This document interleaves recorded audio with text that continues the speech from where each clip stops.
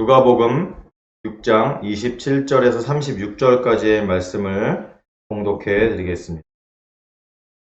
그러나 너희 듣는 자에게 내가 이르노니 너희 원수를 사랑하며 너희를 미워하는 자를 선대하며 너희를 저주하는 자를 위하여 축복하며 너희를 모욕하는 자를 위하여 기도하라.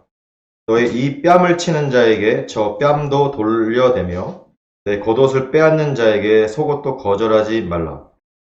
내게 구하는 자에게 주며 내 것을 가져가는 자에게 다시 달라 하지 말며 남에게 대접을 받고자 하는 대로 너희도 남을 대접하라.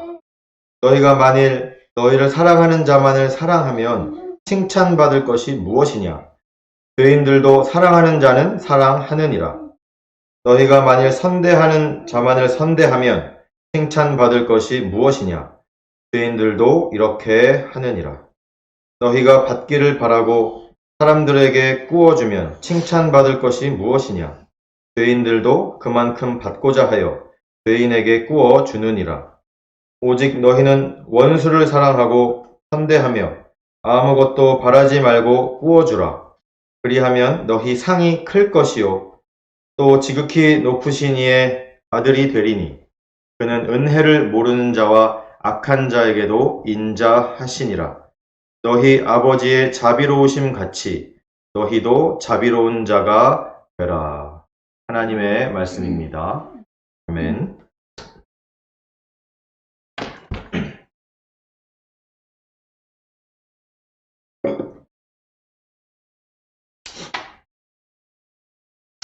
할렐루야. 한 주간 건강하게 잘 지내셨습니까?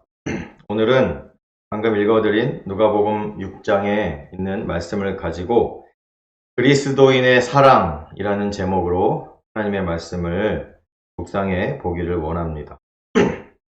기억하실지 모르겠는데 저희가 올 새해 들어서 처음 아마 1월 10일 주일로 기억합니다. 처음 우리가 예배를 드릴 때 그때 첫 번째 설교의 제목을 마지막 때의 사랑이라는 제목으로 세 가지에 대해서 말씀을 드린 기억이 있습니다.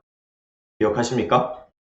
혹시 기억 안 나시면 유튜브를 한번 찾아서 한번 더 들어보시면 좋을 것 같습니다.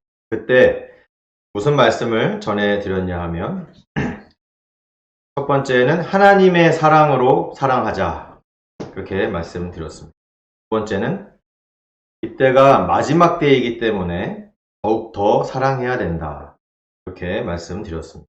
세 번째는 이웃 사랑이 진정한 하나님 사랑이다 이렇게 말씀을 드렸습니다. 오늘도 비슷하게 사랑에 대해서 함께 말씀을 나누고자 합니다. 이미 그 예전 설교 때도 말씀드렸지만 이 마지막 시대에는 사랑이 너무너무 중요합니다. 사랑이. 마태복음 24장 12절에 예수님께서도 이 마지막 때에는 많은 사람의 사랑이 식어질 것이다. 이렇게 예수님이 말씀을 하셨지요. 그래서 이 시대에는 그냥 가만히 세상이 흘러가는 대로 살다 보면 자연스럽게 서서히 사랑이 식어가게 되어 있습니다. 그래서 우리는 의식적으로라도 더 열심히 사랑하려고 노력을 해야 되는 줄로 믿습니다. 오늘 말씀을 함께 나누기 전에 여러분 사랑에 대해서 유명한 말씀이 성경에 있습니다. 마태복음 22장에 보면 어떤 한 율법사가 예수님을 시험하려고 예수님께 질문을 합니다. 무슨 질문이냐 하면 선생님, 율법 중에서 어느 계명이 제일 크나요? 율법 중에 어떤 계명이 제일 큽니까? 이렇게 율법사가 예수님을 시험해서 질문을 합니다. 그때 예수님이 말씀을 하셨어요. 뭐라고 그러셨냐 하면 네 마음을 다하고 목숨을 다하고 뜻을 다하여 주 너희 하나님을 사랑하라 하셨으니 이것이 크고 첫째 되는 계명이요 둘째도 그와 같으니 내 이웃을 내 자신같이 사랑하라 하셨으니 이 두 계명이 온 율법과 선지자의 강령이니라. 아멘. 예수님께서 구약에 걸쳐서 레위기부터 해서 신명기 등 여러 구약 성경에서 말씀하고 있는 율법을 딱 두 가지로 정리를 해 주셨습니다. 그래서 하나님을 사랑하고 이웃을 사랑하는 것이 우리가 이 시대를 살아갈 때 가장 신경 써야 되는, 가장 중요하게 생각해야 되는, 우리가 지켜야 되는 하나님의 말씀인 줄로 믿습니다. 신약 성경이 무슨 말로 원래 쓰여졌는지 아시죠? 헬라어라는 언어로 신약 성경이 쓰여졌습니다. 그리스어입니다. 그리스어가 헬라어인데, 이 신약 성경이 그리스어로 쓰여졌는데, 사랑이라는 단어가 네 가지 종류의 단어가 그리스어로 표현이 됩니다. 네 가지입니다. 여러분 몇 개 들어보셨을 거예요. 첫 번째 사랑이라는 단어는 에로스입니다. 에로스는 남녀 간의 성적인 사랑을 에로스라고 이렇게 표현을 하고, 두 번째는 필레오. 이 필레오는 친구 간의 사랑은 혹은 우정을 표현합니다. 필레오. 그다음 세 번째는 테르고. 테르고는 부모 자식 간의 사랑이나 가족 간의 사랑을 표현을 합니다. 그다음 마지막으로 아가페. 아가페는 하나님의 사랑을 말씀하고 있습니다. 특별히 하나님의 사랑을 표현할 때 아가페라는 단어만을 이 성경에서는 사용하고 있습니다. 이 하나님의 사랑, 이 아가페의 사랑은 더 쉽게 얘기하면 조건이 없이 무조건적으로 사랑하는 그런 사랑을 하나님의 사랑이다, 아가페다 이렇게 얘기를 하고 있습니다. 이렇게 네 가지 사랑의 종류가 그리스어로, 이렇게 헬라어로 표현이 됩니다.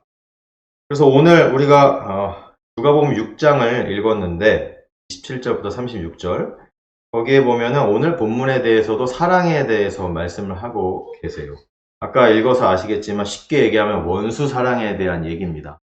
원수 사랑. 목사님들이 이 원수 사랑에 대한 설교 많이 안 하십니다. 이게 상당히 어려운, 원수를 사랑해라 이렇게 말은 쉽지만 너무너무 어려운 일이기 때문에 잘 다루지 않는 내용입니다. 요즘에 대해서는, 요즘 시대에는.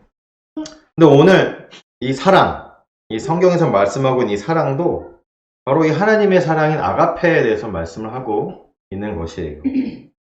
그래서 오늘 본문을 통하여 지금 이 시대를 살아가는 우리들이 그리스도인답게 혹은 하나님 자녀답게 어떠한 사랑을 해야 하는가, 그 질문에 대한 대답을 말씀을 통해 묵상해 보기를 원합니다. 첫 번째로, 우리는 먼저 사랑해야 합니다. 원수 사랑이란 얘기예요. 원수 사랑. 오늘 27절에 보면, 그러나 너희 듣는 자에게 내가 이르노니 너희 원수를 사랑하며 너희를 미워하는 자를 선대하며, 이렇게 말씀하고 있습니다. 이 오늘 누가복음 6장은 예수님께서 산상수훈이라고 잘 알려진 산 위에서 여러 가지 설교 말씀을 많이 하셨는데 그 중에 하신 말씀이에요. 이 산상수훈의 말씀은 이 누가복음보다는 오히려 마태복음에 더 정리가 잘 되어 있습니다. 그래서 마태복음 5장에 보면은 심령이 가난한 자는 복이 있나니, 그러면서 예수님이 8가지 복, 8복, 혹은 사실 9복인데 성경 원문을 보면 9가지 복에 대하여 이렇게 말씀하시는 장면이 마태복음 5장에 나오잖아요. 산상수훈의 시작인데, 거기에 보면은 오늘 본문 누가복음 6장 27절의 말씀을 다른 식으로 또 마태복음에선 나오고 있어요. 이렇게 나와 있습니다. 또 내 이웃을 사랑하고 내 원수를 미워하라 하였다는 것을 너희가 들었으나 나는 너희에게 이르노니 너희 원수를 사랑하며 너희를 박해하는 자를 위하여 기도하라. 아멘. 여러분 정말 아멘입니까? 이게 우리가 말은 쉬워요. 말은 쉬운데 정말 아멘, 우리가 그 말씀을 지키기는 너무너무 어려운 말씀인 것을 우리가 인정할 수밖에 없습니다. 우리는 예수님의 말씀대로 원수를 사랑하며 미워하는 자를 선대해야 됩니다. 우리가 왜 그렇게 해야 됩니까? 예수님께서 우리를 그렇게 하셨기 때문에 그렇습니다. 예수님께서 원래는 우리가 원수였어요. 우리가 사탄 마귀의 자식이었기 때문에 하나님의 입장에서는 우리는 원수였습니다. 원수. 우리는 원수였는데 그 원수된 우리를 하나님께서는, 예수님께서는 먼저 사랑해 주셨지 않습니까? 그래서 이 땅에 오셔서 우리의 죄를 다 대신하여 십자가에 달려, 원수된 우리를 대신하여 십자가에 달려 그 죄값을 다 치르시고 우리를 용서해 주시고 사랑해 주신 것이 아니겠습니까? 그래서 우리도 예수님처럼 먼저 사랑해야 되는 줄로 믿으시기 바랍니다. 오늘 28절부터는 그럼 어떻게 하는 것이 원수를 사랑하는 것인가?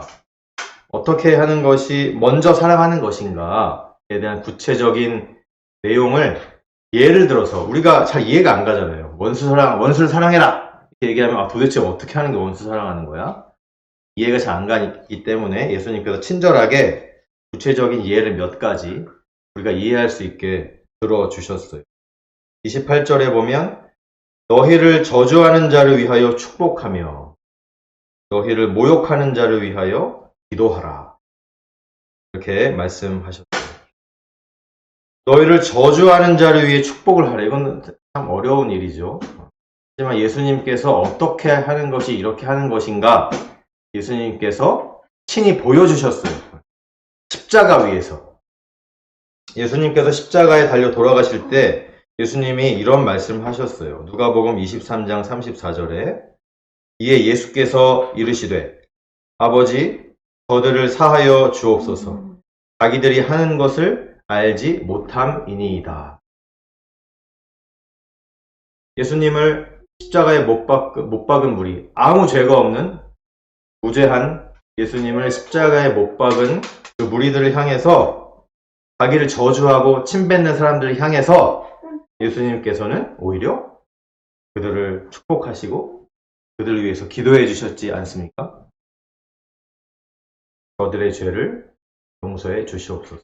저들이 지금 무슨 일을 하고 있는지 모릅니다, 하나님. 이렇게 예수님께서는 기도해 주셨어요. 로마서 12장 20절에도 네 원수가 줄이거든 먹이고 목마르거든 마시게 하라. 그리함으로 네가 숯불을 그 머리에 쌓아 놓으리라. 아멘. 원수에게 먹이고 원수에게 마시게 해서 그 원수에게 숯불을 머리에 쌓아 놓으래요. 부끄럽게 하라는 얘기예요. 이것이 예수님께서 말씀해 주시는 원수 사랑의 첫 번째 이해이고, 29절에 보면 이런 말씀이 또 있죠. 너의 이 뺨을 치는 자에게 저 뺨도 돌려대며. 아주 너무 적나라한 이해인데, 뺨을 치는 자에게 이쪽 뺨도 돌려대라고 이렇게 말씀을 해주세요. 사실 뺨 맞고 참을 수 있는 사람이 누가 있겠습니까? 별로 없죠. 바보가 아닌 이상. 그런데 지금 신약 성경에 뺨을 치는 자에게 라고 번역된 이 부분은 헬라어 성경을 보면 오히려 뺨을 때리는 거라기보다는 주먹으로 턱을 후려치는 것을 의미한다고 볼 수 있습니다. 그래서 주먹으로 턱을 후려치는 것이 명백한 폭력이고, 그리고 폭력을 뛰어넘어 사람들에게 수치심을 불러일으키기도 하지요. 이것은 우리에게 좀 적용을 해본다면 단순히 물리적인 폭력만을 얘기하는 것이 아니고 나의 심기를 건드리는 상황일 수 있는 거예요. 나의 심기. 감히 잠자는 사자의 코털을 건드려? 이런 상황이죠. 그러면 여러분 살아오시면서, 인생을 사시면서 누군가 잠자는 나의 코털을 건드린 그런 경험이 있으십니까? 누가 감히 나의 코털을 건드려? 감히. 이런 경험을 해보신 적이 있으신가요? 그때 여러분의 반응은 어땠습니까? 여러분이 어떤 반응을 하셨나요? 대부분의 사람들은 누가 잠자는 사자인 감히 나의 코털을 건드렸을 때 대부분의 사람들은 별갚아주기 원합니다. 그런 마음이 일어납니다. 이게 뭡니까? 복수심이에요. 복수. 감히 나를 자식게 뭔데? 복수심이 갑자기 솟아납니다. 이 복수심은 인간의 죄성이 그런 형태로 드러나는 것입니다. 예수님이 복수심이 있으실까요? 없으시죠. 복수심이라는 것은 그렇게 감히 나의 코털을 건드려? 이게 감히? 이런 마음이 팍 이렇게 생겨나는 것은 내 안에 내재되어 있는 죄성이 그렇게 드러나는 것입니다.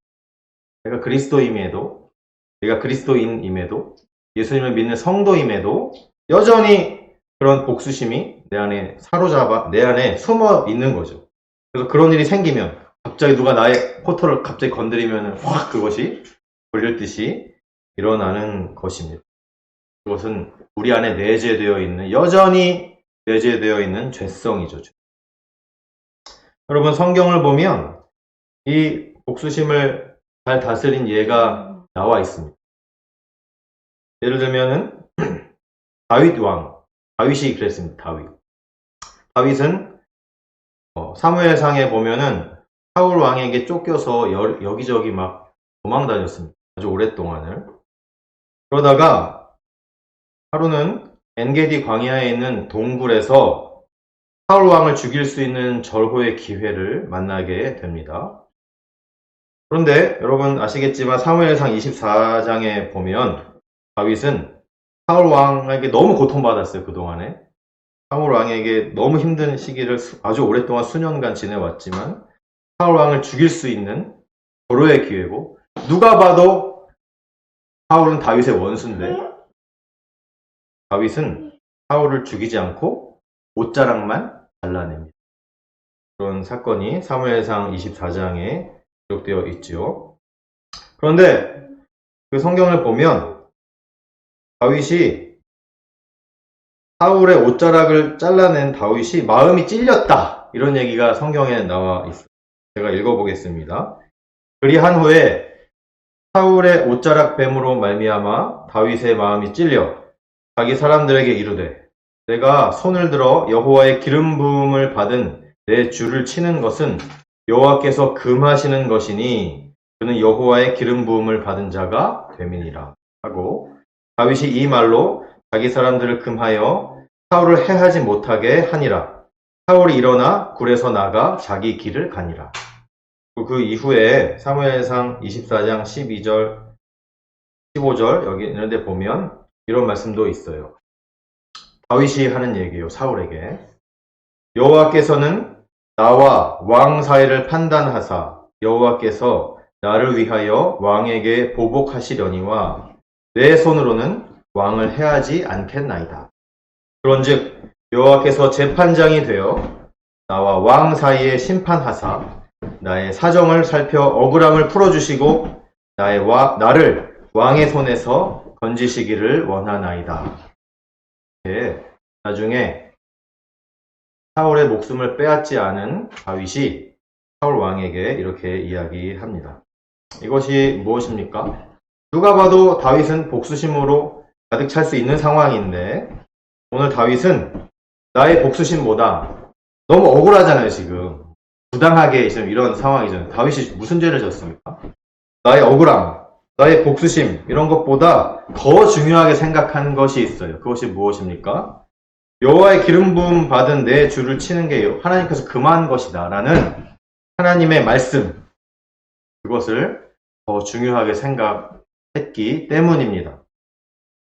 이 말은 뭐냐 하면 그 뒤에도 제가 읽어드렸지만 결국에는 여호와께서 나를 위해서 왕에게 보복을 하실 것이다. 여호와께서 재판장이 되어 나와 왕 사이에서 심판하실 것이다. 이렇게 다윗이 얘기하지 않습니까? 이 말은 뭐냐면 내가 정말 이 순간에 확 그냥 해코지 하고 싶고 되갚아주고 싶고 복수하고 싶은 그 마음을 하나님께 맡겨드렸다. 나의 복수를 하나님께 내어드렸다. 라는 것입니다. 이것이 바로 오늘 누가복음에서 말씀하시는 원수를 사랑하는 것인 줄로 믿으시기 바랍니다. 이것이 원수 사랑입니다. 오늘 29절, 본문 29절의 뒷부분에 이런 말씀도 있죠. 네 겉옷을 빼앗는 자에게 속옷도 거절하지 말라. 겉옷을 빼앗는 것. 이것이 우리는 별거 아닌 것처럼 생각이 들 수 있는데 그 당시 고대 중동 지방의 고대 이스라엘의 겉옷이 얼마나 중요한 것인가를 우리가 생각해 보면 이 말씀이 이해가 갑니다. 당시의 겉옷은 매우 중요한 재산이었어요. 왜냐하면 낮에는 내 몸을 감싸서 강한 햇빛으로부터 혹은 먼지로부터 보호를 해주는 것뿐만 아니라 해가 지면은 거긴 사막 지역이기 때문에 온도가 급격하게 떨어져서 어마어마하게 춥게 됩니다. 사막이기 때문에. 그래서 밤에는 그 겉옷을 담요 삼아서 꼭 덮어야지 밤을 질 수가 있는 그런 상황이죠. 그래서 겉옷이 얼마나 중요한 재산이면은 성경을 보면은 겉옷을 전당을 잡히고 돈을 빌릴 수도 있었어요. 그만큼 겉옷은 중요한 재산이었습니다. 특히 출애굽기나 신명기에 보면은 이런 말씀이 있어요. 겉옷을 만약에 전당을 잡으면 해가 지기 전에 그 겉옷을 주인에게 다시 돌려주어라. 이런 말씀도 있습니다. 겉옷이 얼마나 중요한지 또 성경에서 말씀을 하고 있는 거죠. 그래서 당시에는 겉옷을 빼앗아가는 노상 강도들도 많이 있었다라고 기록을 하고 있습니다. 그래서 겉옷은 매우 중요합니다. 매우 중요해요. 그래서 예수님께서 네 겉옷을 빼앗는 자에게 속옷도 거절하지 말아라. 이렇게 말씀하신 것은 무슨 의미냐 하면 겉옷같이 매우 중요한 재산이나 나에게 매우 의미가 있고 나에게 매우 중요한 것, 내가 살아가는 데 있어서 매우 중요한 것을 의미하는 것이 바로 이 겉옷입니다. 그래서 예수님의 말씀은 나에게 중요한 것까지도 불쌍한 사람들을 위해서 기꺼이 내어주라 라는 그러한 말씀인 것입니다. 마찬가지로 30절에도 비슷한 말씀이에요. 30절 내게 구하는 자에게 주며 내 것을 가져가는 자에게 다시 달라 하지 말아라. 이것은 네 물질을 통해 불쌍한 사람들, 도움이 필요한 사람들을 기꺼이 도와주어라. 그런 말씀인 것입니다. 31절 보시면 남에게 대접을 받고자 하는 대로 너희도 남을 대접하라. 이런 말씀이 있죠. 이게 뭐예요? 결국엔 먼저 대접하라는 얘기예요. 먼저. 대접받을 생각하지 말고 네가 먼저 대접해라. 다시 오늘 주제로 돌아가면 먼저 사랑해라. 그런 말씀인 것입니다. 여기까지 원수 사랑을 어떻게 해야 하는가 이렇게 예수님께서 이해가 딸리는 우리를 위해서 이렇게 친절하게 아주 구체적인 걸 몇 가지를 얘기를 해 주신 거예요. 사실 우리가 아까도 얘기했지만 우리는 원래 하나님의 원수였습니다. 원수였던 우리를 사랑하신 하나님 예수님처럼 우리도 그렇게 사랑해라 라는 말씀인 것입니다. 제가 과거에 먼저 사랑해 보려고 노력했던 그런 경험이 있습니다. 무슨 일이 있었냐 하면 제가 예전에 섬기던 교회에서 갈등이 있었어요. 갈등이 있어가지고 목사님하고 장로님 사이에서 분쟁이 있었습니다. 물론 잘못은 장로님이 했는데 그것을 이렇게 지적하고 다시 회복해가는 과정에서 목사님도 잘못을 하시고 그래서 서로 막 분쟁이 있었어요. 분쟁은 교회에 생길 수밖에 없습니다. 오랜 시간이 지나다 보면. 왜냐하면 인간이 부족해서 잘못을 하기 때문에, 실수를 하기 때문에. 그래서 어쨌든 처음에 시작은 장로님이 잘못했는데 과정을 통해서 목사님도 좀 잘못하시고 그래서 서로 이제 잘못을 해서 감정 싸움이 되고 교회에 큰 갈등이 있었어요.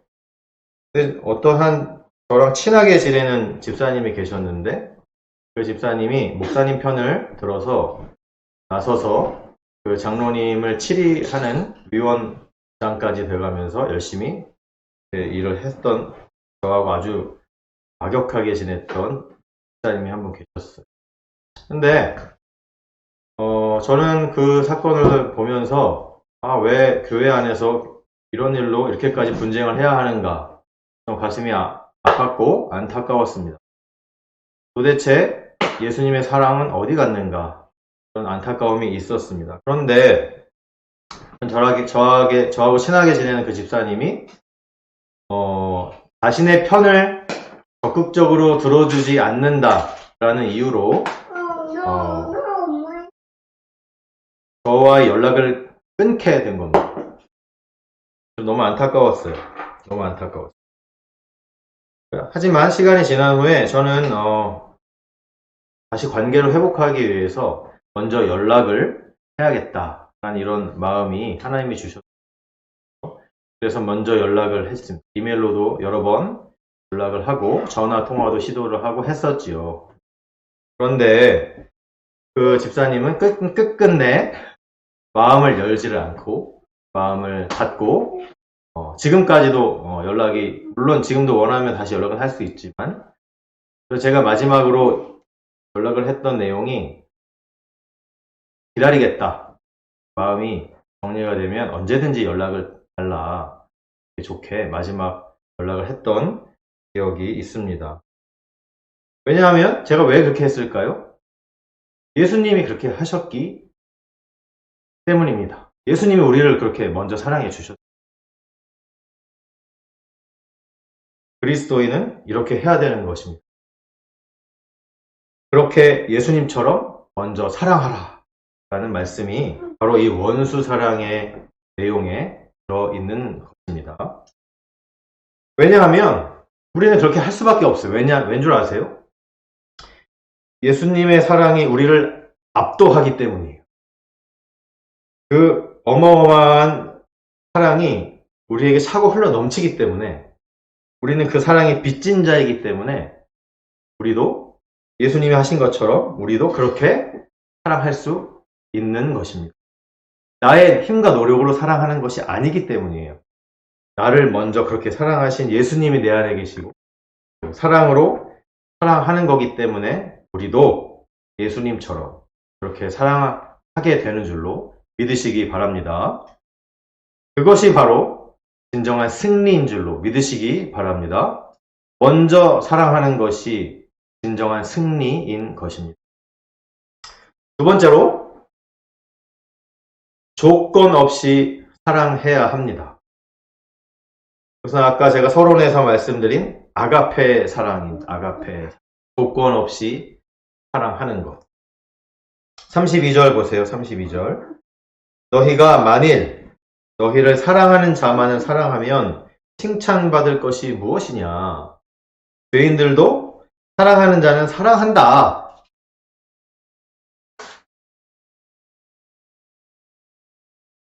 여기 오늘 본문에 죄인들도 사랑하는 자는 사랑한다 라고 이렇게 말씀하고 있죠. 이 죄인이라고 되어 있는 것은 우리가 생각하는 그런 죄인이 아니고 이 당시 죄인은 마태복음에는 세리들도 사랑하는 자는 사랑한다 이렇게 표현해 있어요. 세리가 들어 세리. 세금 텍스 컬렉터예요. 세금을 모으는 사람들 그리고 창녀 그리고 이스라엘 사람이 아닌 이방인들 이 사람들도 다 이 죄인의 범주에 들어갑니다. 그리고 사회에서 그러면 무슨 얘기냐 하면 이 이스라엘 사회 내에서 결국에는 천시받고 천대받고 소외된 모든 사람들을 이 죄인이라고 표현을 하고 있는 것입니다.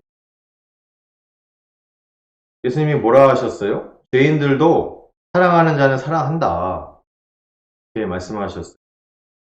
사회에서 버림을 받은 사람들도 자기네들끼리는 서로 사랑한다. 그런 얘기예요. 세상 사람들도 자기 좋아해주는 사람 좋아한다. 그런 얘기예요. 우리는 누굽니까? 그럼 우리는 단순히 세상 사람이 아니에요. 우리는 이 죄인들도 아니에요. 이 사회에서 천시받고 소외받는 이 당시에 세리나 창녀나 이방인 같은 그런 사람도 우리는 아니에요. 우리는 누구입니까? 우리는 하나님께 선택받은 하나님의 자녀인 줄로 믿습니다. 우리는 그런 사람들이에요. 우리는 단순한 세상 사람도 아니고 성경에서 말한 죄인도 아니에요. 우리는 하나님의 자녀입니다. 아멘. 그럼 뭐예요? 우리는 한 차원 더 높은, 한 단계 더 위의 사랑으로 우리를 하나님께서 초대하고 계시는 것입니다. 세상 사람들도 사랑하는 사람, 자기 좋아해주는 사람 다 좋아해요. 자기 좋아해주는 사람 싫어하는 사람이 어디 있어요? 웬만하면 다 좋아하지. 하지만 너희는 하나님의 자녀가 아니냐. 너희가 언제까지 세상 사람들처럼, 세상에서 죄인들이라고 말하는 사람들처럼 너희들 좋아해주는 사람만 좋아하면 어떡하니? 이렇게 말씀하고 있는 것입니다. 하나님의 자녀로서 한 차원 더 높은 사랑을 우리에게 말씀하고 있는 것입니다. 그래서 우리는 우리 자신을 미워하는 사람도 사랑할 줄 알아야 됩니다. 우리를 핍박하는 사람도 사랑할 줄 알아야 됩니다. 세상에서 흔히 얘기하는 원리가 있습니다. give and take. give and take. 주는 대로 받고 받는 대로 주고. 이것은 성경의 가르침이 전혀 아닙니다. 이것은 세상 사람들이 하는 얘기예요. 세상의 원리예요. 마찬가지로 33장에도 비슷한 말씀하고 계세요. 33절. 너희가 만일 선대하는 자만을 선대하면 칭찬받을 게 뭐냐? 죄인들도 이렇게 한다. 34절. 너희가 받기를 바라고 사람들에게 꾸어주면 칭찬받을 것이 무엇이냐? 죄인들도 그만큼 받고자 하여 죄인에게 꾸어주는. 계산적으로 빌려주는 건 사랑이 아니다 라고 말씀하는 것입니다. 여러분, 교회 안에서 제가 아주 지난 수십 년간 교회 생활을 오래 했습니다. 수십 년간 했는데 교회 안에서 보면은 돈 거래가 가끔 있어요. 성도들 사이에서. 이 성도들 사이에서 돈 거래는 집중 팔고 다 서로 시험에 들고 교회가 깨지고 뭐 이런 일이 일어납니다. 혹은 어떤 악한 마음을 품은 사람들은 교회 안에 일부러 들어옵니다. 교회 안에 일부러 들어와서, 교회 사람들이 순진하고 착한 사람들 많으니까 교회 안에 일부러 들어와서 자신의 물질적인 이익을 위해서 교회 다니는 사람들을 이용해 먹으려고, 자기가 돈을 벌려고, 이런 사람들도 있습니다. 심지어는 과거에, 요즘도 있을 거예요. 피라미드 회사, 다단계. 여기에 이제 일하는 사람들이 교회로 와가지고 자기 다단계 회사의 물건을 막 팔아 치웁니다. 그래서 막 그런 게 성도 안의 관계를 악용하고 이용해 먹는 것이죠. 자신의 물질적인 이익을 위해서. 이것은 다 죄입니다. 안 됩니다. 그건 안 되는 거예요. 오늘 34절. 너희가 받기를 바라고 사람들에게 꾸어주면 칭찬받을 것이 무엇이냐? 죄인들도 그만큼 받고자 하여 죄인에게 꾸어 주느니라. 이렇게 말씀하고 계십니다. 제가 과거에 다녔던 교회 중에 이런 일도 있었어요.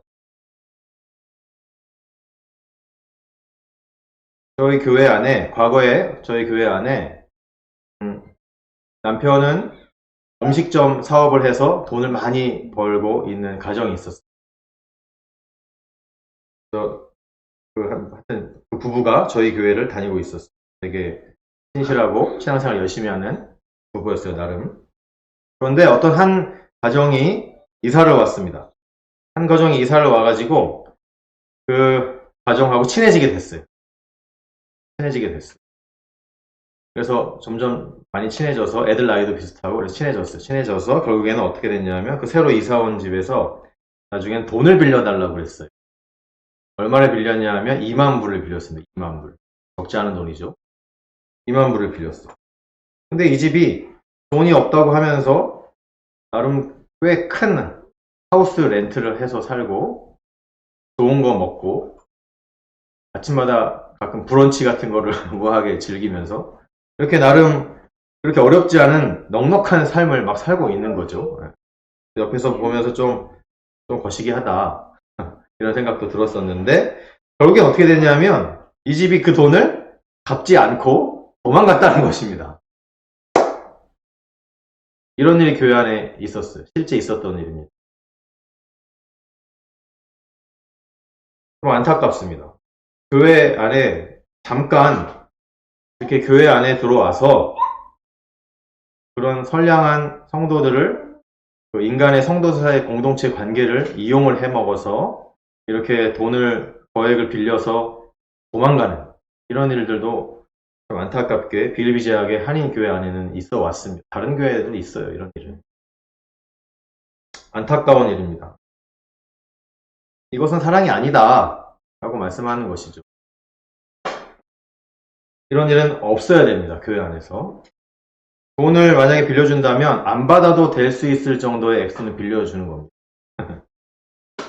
제가 미국에서는 그런 경험이 없었는데 한국에 있을 때는 그냥 몇만 원 정도는 제가 갚지 마 하고 빌려줬던 기억이 있습니다. 과거에 한국에 있을 때는 제가 어린 시절이었기 때문에.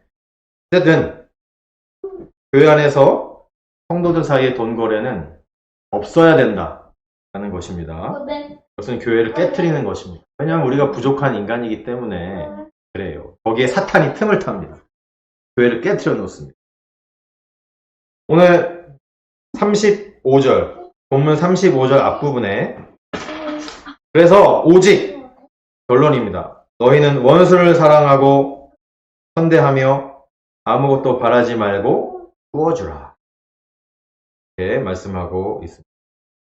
아무것도 바라지 말고 부어주래요. 아주 좀 한 가지 아주 쉬운 예를 제가 들면 이런 거 있을 수 있습니다. 서로 우리가 살다 보면 같이 좀 친한 친구가 생기거나 친하게 지내는 가정이 생기거나 그럴 수 있죠. 그럼 친구끼리나 친한 가정끼리 서로 이제 밥을 사주고 서로 교제를 하죠. 그죠? 오늘은 하루는 내가 내면 다음 주에는 너희가 내고 다음번 모임은 우리가 내고 다음 모임에 너희가 내고 뭐 이런 식으로 많이 하잖아요. 그죠? 공평하게. 근데 왜 이렇게 공평하게 하려는 이유가 뭘까요? 내가 한 번 사면 네가 한 번 사고 내가 밥 한 번 사면 너도 밥 한 번 사고 내가 차 한 번 사면 너도 차 한 번 사고 왜 이렇게 공평하게 하려는 이유가 뭘까요? 그렇게 하지 않으면 내가 손해를 본다고 생각하기 때문에 그렇습니다.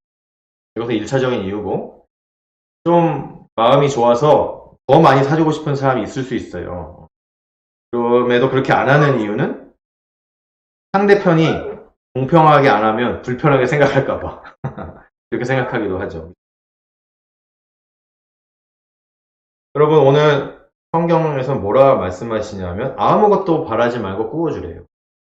우리가 아무것도 바라는 것 없이 다른 사람을 섬길 수 있는 이유가 무엇입니까? 우리는 이 세상에 소망을 두고 살아가는 사람이 아니기 때문에 그렇습니다.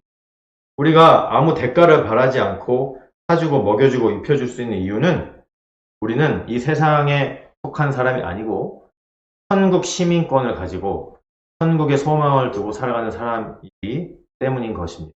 여러분 믿으십니까? 그래서 우리는 그렇게 할 수 있는 것입니다. 여러분 제가 아까 교회 얘기 몇 개 했는데 교회 수많은 교회들이 성도들과 여러 가지 이유로 관계가 깨어져서 성도와 원수지간이 되는 목사들이 있습니다. 안타깝게도. 그런데 이 목사님들이 성도들은 뭐 둘째 치고라도 적어도 목사라면 성도하고 관계가 깨져가지고 누가 잘했는지 못했는지 어쨌든 관계가 깨져가지고 성도하고 원수가 됐으면 이 말씀을 기억해야 되는 거 아닙니까? 적어도 목사라면 원수를 사랑하라. 성도는 원수도 아니에요 사실. 그런데 이 말씀을 망각을 합니다. 아까 그 다윗처럼 그 복수심을 하나님께 맡겨드리지 못하는 거예요. 목사님들도. 그래가지고 그 복수심 때문에 성도들하고 감정적인 갈등을 더 깊게 만들고 상황을 악화시킵니다. 그래서 결국엔 진짜 원수가 되는 거예요. 성도하고 목사님 사이가. 그래서 성도가 원수가 되고 나서 전혀 사랑하지 못합니다. 사랑은커녕 어떻게 해서든 교회법으로 치리해서 내쫓으려고만 하죠. 여러분, 교회 헌법에서 제시하는 치리의 목적은 사랑입니다. 사랑, 결국에는. 치리하여 그 성도를 사랑으로 다시 케어해서 돌봐서 다시 교회에서 내쫓으려는 게 치리가 아니고 그 성도를 사랑으로 회복시켜서 교회로 다시 끌어들여서 교회 안에서 정상적인 신앙생활을 하는 게 바로 치리의 목적입니다. 근데 수많은 목사님들이 그것을 망각합니다. 어떻게 해서든 이 나쁜 녀석들, 나쁜 성도들을 교회법으로 치리해가지고 교회를 쫓아낼 생각만 하지 사랑으로 그 성도들이 다시 신앙생활을 제대로 할 수 있게 도와줄 생각은 1도 없다는 게 참 문제입니다. 문제. 여러분, 법 중에 최고의 법이 무엇입니까? 하나님의 말씀. 그 중에 최고의 법이 무엇입니까? 사랑입니다. 사랑. 오늘 서론에서 예수님께서 두 개로 딱 정리해 주셨잖아요. 하나님을 사랑하고 내 이웃을 내 몸과 같이 사랑하라. 사랑입니다. 사랑. 성도들이 서로 법을 잘 지켜서 사랑하는 걸까요? 아니에요. 절대 그렇지 않습니다. 말씀 잘 못 지킵니다. 목사도 말씀 잘 못 지킬 때 많습니다. 서로 말씀대로 살지 못합니다. 부족합니다. 연약합니다. 완전한 인간이 어디 있어요? 완전한 목사가 어디 있습니까? 다 부족한데? 똑같은 인간인데? 여러분, 중요한 게 뭐냐 하면 우리는 다 똑같은 죄인이다. 여전히 죄인이다. 라는 것입니다.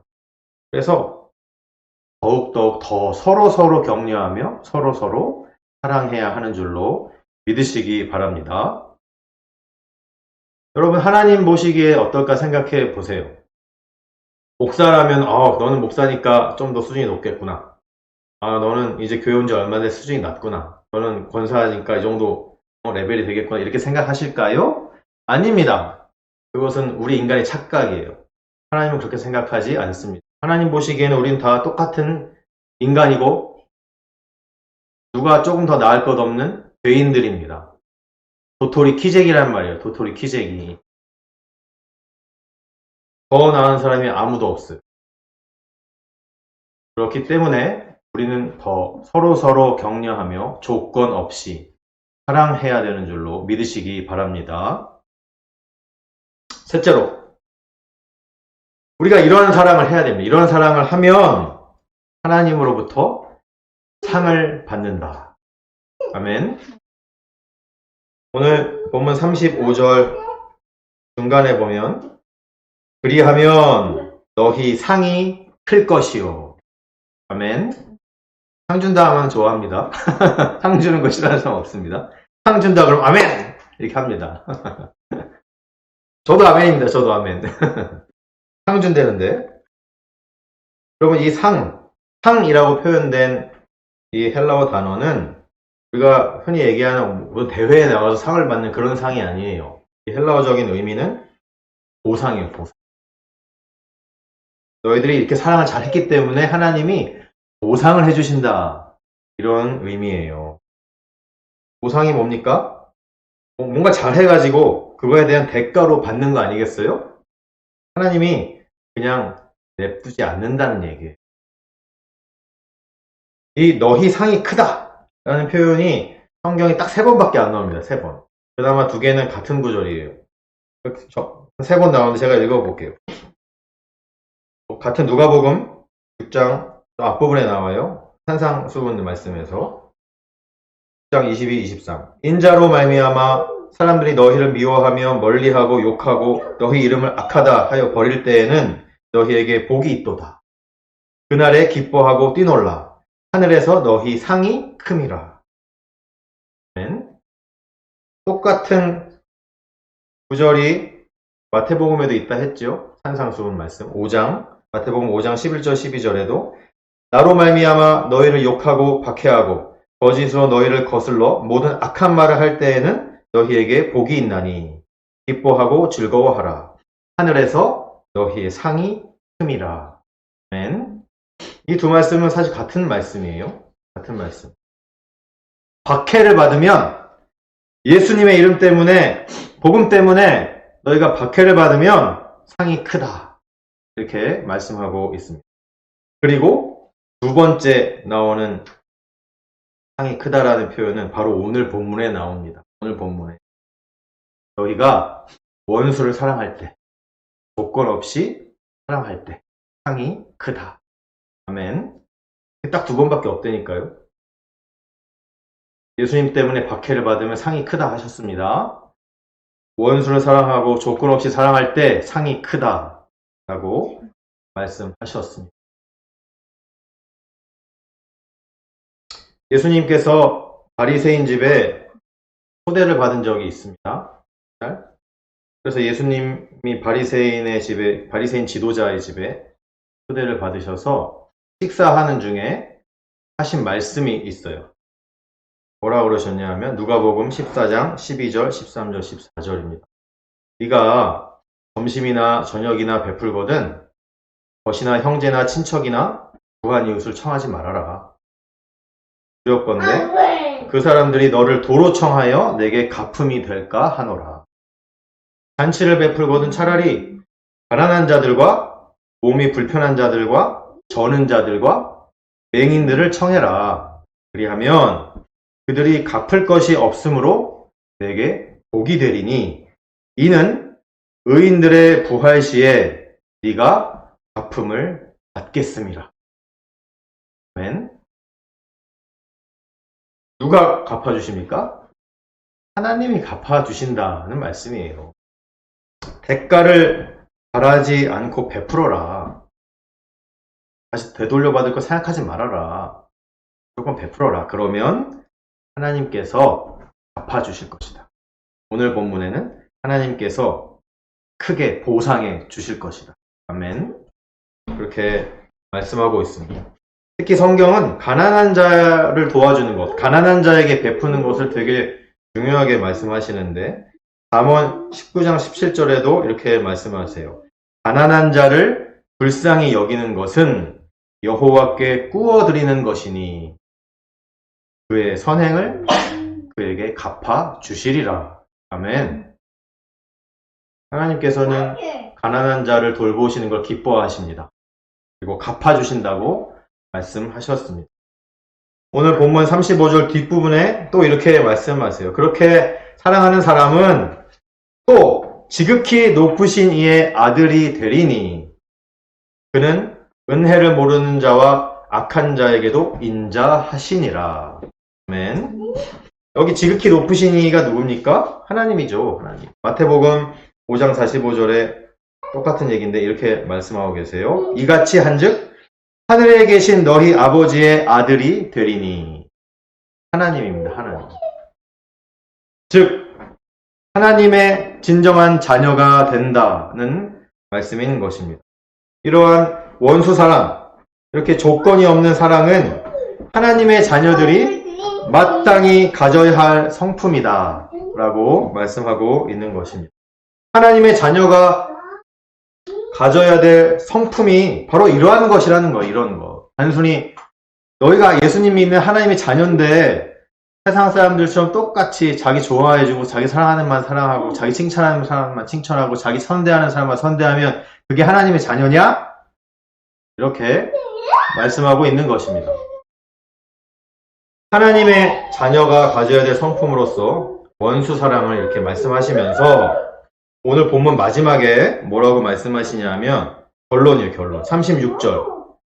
너희 아버지의 자비로우심 같이 너희도 자비로운 자가 되라. 아멘. 하나님의 자비. 하나님의 자비가 무엇입니까? 사랑이에요. 사랑. 하나님의 자비는 사랑입니다. 즉 하나님께서 우리를 사랑하시는 것처럼 우리도 이렇게 사랑해라. 아멘. 이렇게 말씀하고 있는 것입니다. 똑같은 본문이 마태복음 5장에 있다 했어요. 마태복음 5장 48절에는 이렇게 표현하고 있습니다. 그러므로 하늘에 계신 너희 아버지의 온전하심과 같이 너희도 온전하라. 아멘. 다른 표현을 쓰고 있어요. 여기서 온전하라라는 헬라어적인 뜻은 뭐냐면 완전하라. 혹은 성취를 해라. 끝까지 가라. 끝까지 해라. 그렇게. 그런 의미가 담겨 있습니다. 그럼 뭐냐면 끝까지 사랑하라는 말씀인 것입니다. 끝까지 사랑해라. 그래서 사랑의 완성을 이루어라. 그것이 원수 사랑이고 조건 없는 사랑이고 하나님이 우리에게 주신 바로 아가페 사랑이니라. 아멘. 이렇게 말씀하고 있는 것입니다. 우리는 아가페의 사랑을 할 수밖에 없는 존재들입니다. 왜냐하면 예수님을 믿는 우리는 그 아가페의 사랑이 우리 안에 가득하기 때문이에요. 아까도 말씀드렸지만. 그런데 그것이 우리 안에서 그냥 멈춰있는 사랑이 아니에요. 밖으로 흘러나갈 수밖에 없는 그런 사랑입니다. 로마서 5장 5절 6절에 소망이 우리를 부끄럽게 하지 아니함은 우리에게 주신 성령으로 말미암아 하나님의 사랑이 우리 마음에 부은 바 됨이니 우리가 아직 연약할 때에 계약대로 그리스도께서 경건하지 않은 자를 위하여 죽으셨도다. 아멘. 성령으로 말미암아 하나님의 사랑이 우리 안에 부은 바가 되었대요. 예수님께서 우리를 위해 죽으셨대요. 무슨 말이에요? 하나님의 사랑이 우리 마음에 부은 바 되었다. 여기에 마음에 부었다 라는 이 헬라어 성경의 의미는 단순히 마음에 부었다가 아니라 마음으로부터 흘러 넘치도록, 할렐루야, 마음으로부터 흘러 넘치도록 우리에게 부어주셨다 라는 의미인 것입니다. 아멘. 즉 예수 그리스도께서 우리를 위해서 죽으심으로 성령을 통하여 하나님의 사랑이 우리 마음에 흘러 넘치도록 부어주셨다. 그런 말씀인 것입니다. 믿으십니까? 우리가 예수님을 믿고 우리의 죄를 대속해서 돌아가신 예수님 때문에 성령을 통하여 하나님의 사랑이 우리에게 부어졌는데 그것은 우리로부터 다시 흘러 넘치도록 부어주셨다라는 말씀인 것입니다. 그러므로 여러분의 마음에 흘러 넘치는 그 아가페의 사랑으로 하나님의 자녀답게 마음껏 사랑하시기 바랍니다. 말씀을 마치겠습니다. 사랑하는 성도 여러분, 코로나 이후 시대, 이 마지막 시대에는 우리 그리스도인들의 사랑이 식어져서는 안 됩니다. 오히려 그 사랑이 더 빛을 발해야 하는 시대가 온 것입니다. 믿습니까? 세상이 힘들고 어렵고 각박해져 갈수록 다른 사람들은 다 그렇게 살아도 우리 하나님의 자녀들은 더 사랑해야 하는 것이 맞지 않겠습니까? 하나님의 사랑, 그 아가페의 사랑을 흘러 넘치도록 받은 하나님의 자녀들로서 먼저 사랑하시기 바랍니다. 그리고 조건 없이 사랑하시기 바랍니다. 그래서 너희 상이 크도다. 하나님께서 주시는 그 큰 상도 받게 되시는 저와 여러분들이 다 되시길 예수님의 이름으로 축원합니다. 아멘.